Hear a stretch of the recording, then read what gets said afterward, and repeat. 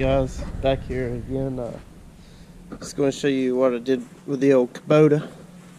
Use it primarily on the farm when it's up there. Had it in here for a while to service it up and put new oil in it. Make sure she's running good. She's kind of like slow here in the winter on the farm, and I've been in for a while from school, so I'll show you what we did. We got us a nice 2,500 pound Badlands winch right here. So you know, it's nothing special like a Warren or anything, but my dad fabbed up a nice mountain bracket so it could be removed. And I've got one of these on my I think it's a 2002 Honda Recon, so it's not a Badlands winch, but it's from Tractor Supply. So I mean, I've had good use out of it. It runs. I pull stuff with it. So that's basically what we expect out of this one. As you can see, we did some wire splicing, and this is the wire that came with it. Pretty heavy stuff. 10-12 gauge got a hold of to lengthen it, cause they really didn't hardly give us any. But winch and wiring so far. It didn't come with much wiring. So next step is we're going to open up the hood and I'll show you where I mounted the box. Right here under the hood is where I mounted the box, and I just used some 1/4 bolts right there, mounted it down. It's actually wireless. They didn't give us enough wire, so I just spliced it in the front. I'm going to make a cover to go over it so that it keeps the wires out of all the elements and everything later on. But I ended up having trouble. There wasn't anything really up here to tap into wire-wise. And yes, I know the power to the cigarette lighter is unplugged. That's because a cow ate the cover off of it and we don't use it anymore.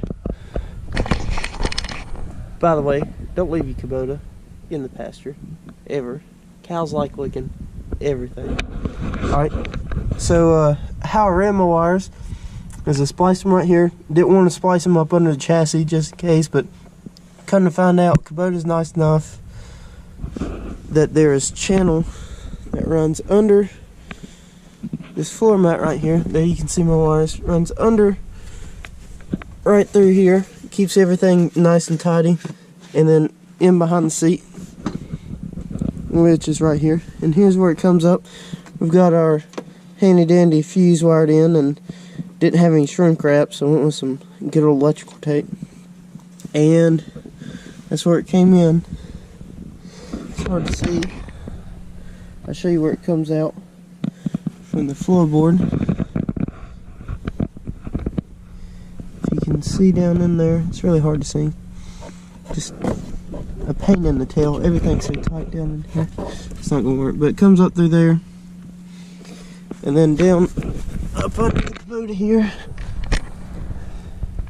See the drive shaft and everything. You can see where it comes out.